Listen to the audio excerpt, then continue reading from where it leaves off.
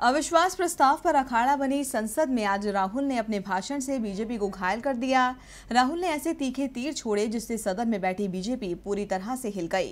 काला धन, रोजगार, नोटबंदी, जीएसटी, राफेल डील, विदेश नीति, किसान, राहुल ने हर मुद्दे पर पीएम को आईना दिखाया और आखिर में राहुल ने पीएम मोदी से गले मिलकर प्यार का पैगाम भी दिया। 2019 लोकसभा चुनाव की जंग से पहले आज पीएम मोदी और राहुल गांधी का आमना सामना हुआ। माना जा रहा था कि जिस तरह से पीएम मोदी कांग्रेस को कोसते हैं, उस तरह से राहुल हमलावर नहीं हो पाएंगे। लेकिन भाषण की शुरुआत से लेकर अंत तक राहुल ऐसे वार करते चले गए जिससे बीजेपी की बोलती ही बंद हो गई। पीएम मोदी के सामने ही राहुल ने उनकी बखिया उधेड़ कर रख दी। हर बैंक अकाउंट में जुमला स्ट्राइक नंबर 2 करोड़ युवाओं को हर साल रोजगार। जीएसटी कांग्रेस पार्टी लाई थी,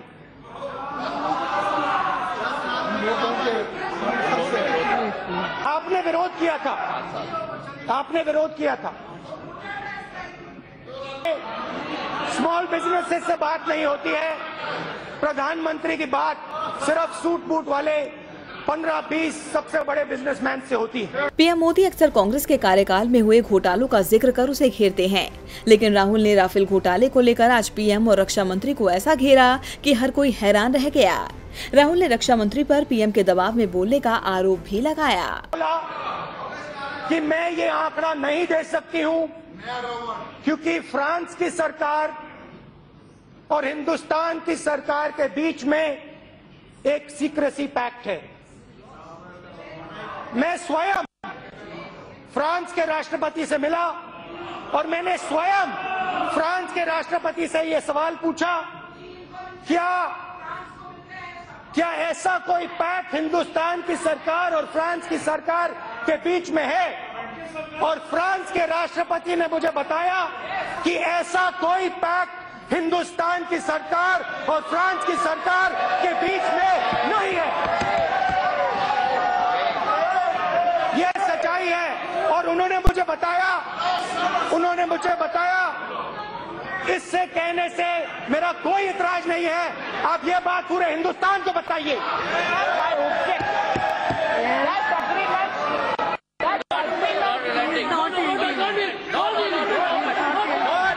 और सीधा नरेंद्र मोदी हिंदुस्तान के प्रधानमंत्री के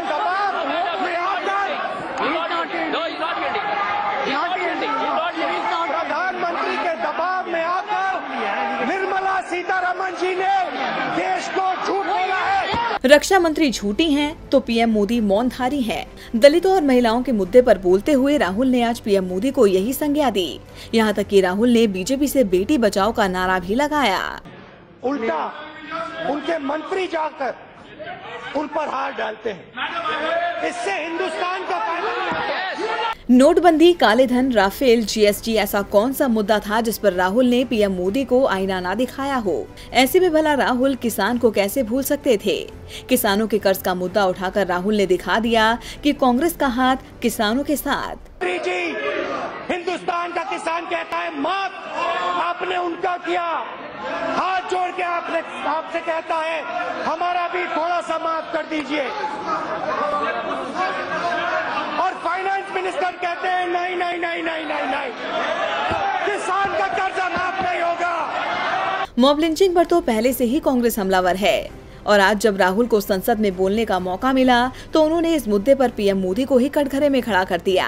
साथ ही बीजेपी की धर्म पॉलिटिक्स पर भी बड़ा प्रहार किया। महिलाओं पे अत्याचार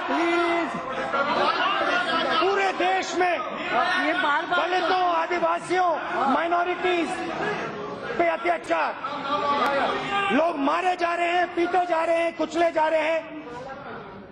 प्रधानमंत्री के मुंह से एक शब्द नहीं निकल सकता है।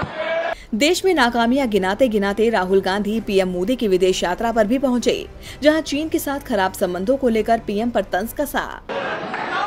प्रधानमंत्री जी ने चाइना के राष्ट्रपति के साथ गुजरात में नदी के किनारे झूला झूला था। उसके बाद उसी समय चाइना के 1000 सैनिक हिंदुस्तान की टेरिटरी के अंदर थे। राहुल गांधी ने वैसे तो कई बार पीएम मोदी पर हमला बोला है, लेकिन आज जो कुछ कहा और जो किया वैसा कभी नहीं हुआ। वो बोलते गए और सब सुनते गए। राहुल ने ऐलानिया अंदाज में कहा कि पीएम चौकीदार नहीं भागीदार है और उनकी पार्टी के लोग ही उन्हें हराएंगे।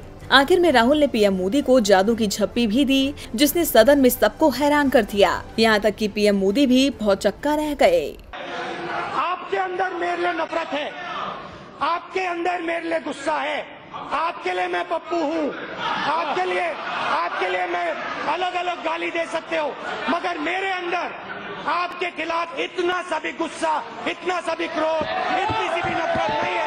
संसद में आज जब राहुल गांधी ने अपना भाषण शुरू किया तो बीजेपी ने कहा भूकंप आने वाला है, लेकिन सदन में राहुल ने जिस तरह से भाषण दिया उससे भूकंप तो नहीं आया, लेकिन बीजेपी की जमीन जरूर हिल गई।